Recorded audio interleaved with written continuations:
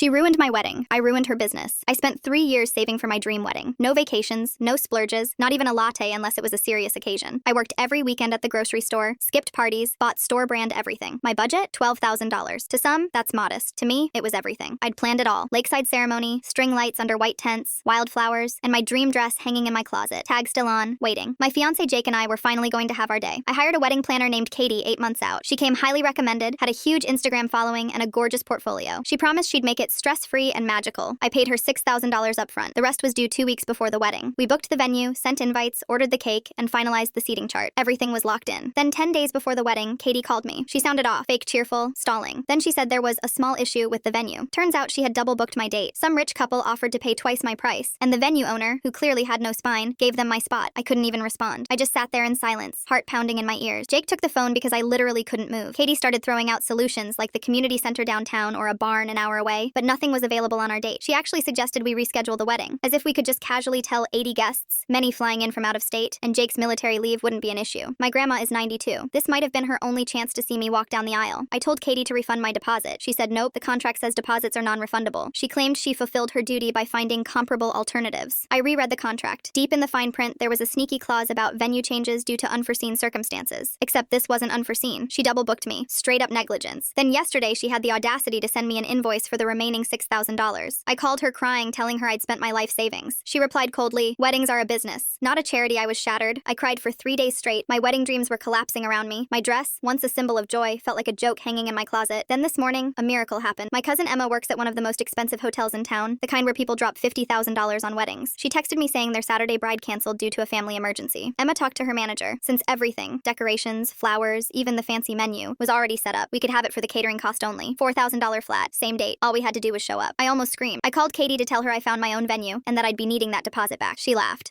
"All payments are final," she said. "Good luck with your new plans." That's when I got mad. I spent the next 10 hours calling every vendor Katie lists on her website. Turns out she's been pulling this trick on other brides too. The photographer said she double booked him for 2 weddings just last month and kept both deposits. The florist said she's been getting complaints about Katie's flakiness and mishandled dates for months, so I took it public. I posted everything. Screenshots of our texts, a breakdown of the dates and payments, her contract with the shady clause. I tagged her business, her personal Instagram, and used every wedding hashtag I could think of. I didn't hold back. 2 hours later, it was already shared over 100 times. Other brides began commenting with their own horror stories. Her Facebook page got flooded with 1-star reviews. Vendors started dropping her. People were canceling their bookings and demanding refunds. Her empire? Crumbling. She messaged me around midnight. "This is harassment. Please take it down." I told her I'd take it down when she refunded every dollar she took from me and formally apologized to every bride she screwed over. Still waiting on that. Meanwhile, Jake and I are getting married this Saturday in a hotel ballroom with gold-trimmed curtains and a 5-star chef. It's not the lakeside wedding I planned. It's better because I did it myself.